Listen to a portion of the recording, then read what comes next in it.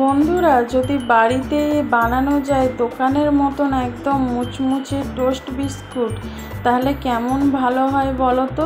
নিজের হাতে পুরো পরিবারের জন্য বিস্কুট বানাতেও আনন্দ লাগবে, আর নিজে বানিয়ে বিস্কুট খাওয়ার মজাটাই আলাদা। খুব সহজেই বাড়িতে বানিয়ে ফেলতে পারবে মুচমুচে টোস্ট বিস্কুট।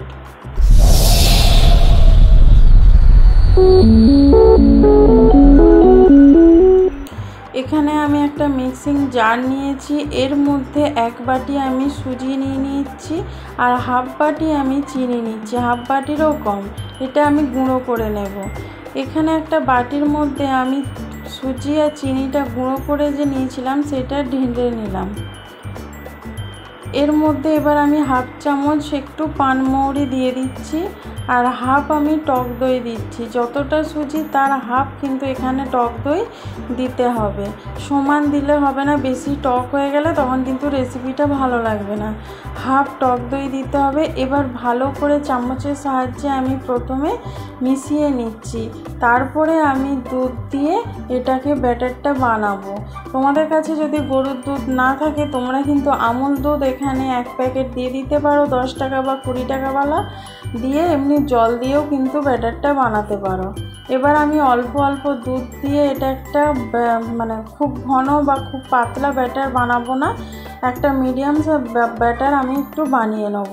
তবে একটু পাতলা থাকবে, কারণ সুজি তো এটা একটু ফুলে যাবে 5 মিনিট রেস্টে রাখার পরে, সেই জন্য একটু পাতলা ব্যাটারটা রাখতে হবে। দেখো তোমাদেরকে আমি দেখিয়ে দিচ্ছি, এরকমভাবে আমি রেখে দেবো 5 মিনিট।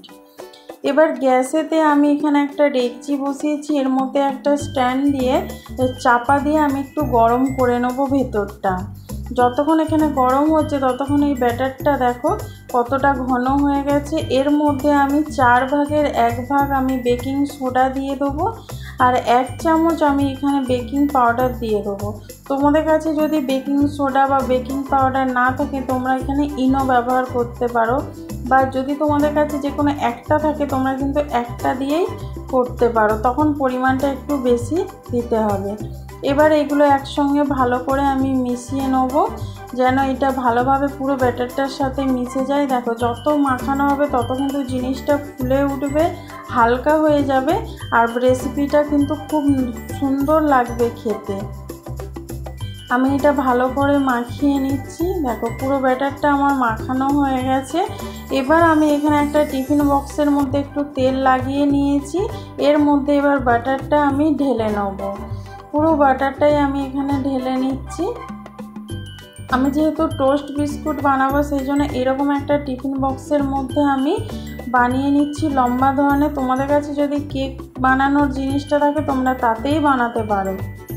এবার এখানে ডেকচিটা খুলে নিয়ে দেখছি গরম হয়ে গেছে। এর মধ্যে এই টিফিন বক্সটা আমি একটু বসিয়ে দেবো। এটা বসিয়ে আমি চাপা দিয়ে মিডিয়াম আছে 30 মিনিট আমি করে নেব।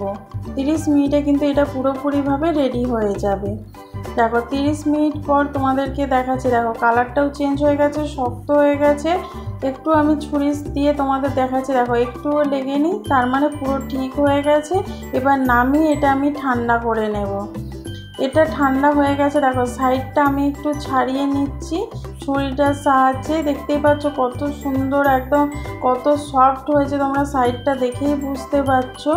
এবার আমি ঢেলে তোমাদেরকে দেখাচ্ছি।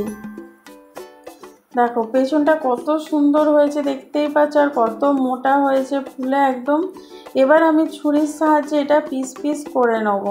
প্রথম পিসটা আমি একটু কেটে আলাদা করে দেবো, তারপরে থেকে একদম মিডিয়াম সাইজ, খুব মোটা না খুব পাতলা না। তোমরা পাতলা পাতলাই পিসটা করার চেষ্টা করবে, কারণ মোটা হলে কিন্তু টোস্টটা ভালোভাবে তৈরি হবে না, ভেতরটা নরম রয়ে যাবে আর খেতে কিন্তু ভালো লাগবে না।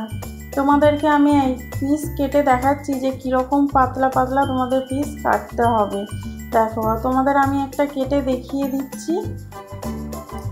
এই রকমভাবে কিন্তু আস্তে আস্তে ছুরির সাহায্যে করতে। আমার ছুরিটা একটু ছোট বলে অসুবিধা হচ্ছে, তোমরা একটু বড় ধরনের ছুরি নেবে, দেখবে খুব সহজে কাটা হয়ে যাচ্ছে। দেখো এরকমভাবে কেটে নিতে হবে, এরকম পাতলা পাতলা করে কেটে নিতে হবে। আমি এখানে সবগুলো কেটে নিয়েছি। আবার আমি ডেকচি বসিয়েছি এখানে গরম করার জন্যে। এখানে যখন ডেকচিটা ভালোভাবে গরম হয়ে যাবে তখন আমি ওই টোস্ট বিস্কুটগুলো দেবো। টোস্ট বিস্কুটগুলো একটি থালার মধ্যে আমি আগে তেল লাগিয়ে নিয়েছি, তারপরে বিস্কুটগুলো ভালো করে সাজিয়ে এবার এটার মধ্যে বসিয়ে দেবো। দেখো এখানে আমার তেল লাগানো আছে থালাটার মধ্যে, তার ওপরে আমি এই টোস্টগুলো রেখেছি। এবার একটা সাঁড়াশির সাহায্যে আমি এখানে বসিয়ে দেবো, কারণ ডেকচিটা তো গরম হয়ে গেছে, তাহলে হাতে ছেঁকা লেগে যেতে পারে। সেই জন্য আমি একটি সাঁড়াশির সাহায্যে এটা বসিয়ে চাপা দিয়ে দিচ্ছি 10 মিনিটের জন্য মিডিয়াম আছে। দেখো যেহেতু তেল লাগিয়েছি সেই জন্য এখানে চিটে যাওয়ার কোনো ভয় নেই। আমি চাপা দিয়ে দিলাম 10 মিনিটের জন্য। তারপর 10 মিনিট পর তোমাদেরকে আমি খুলে দেখাচ্ছি।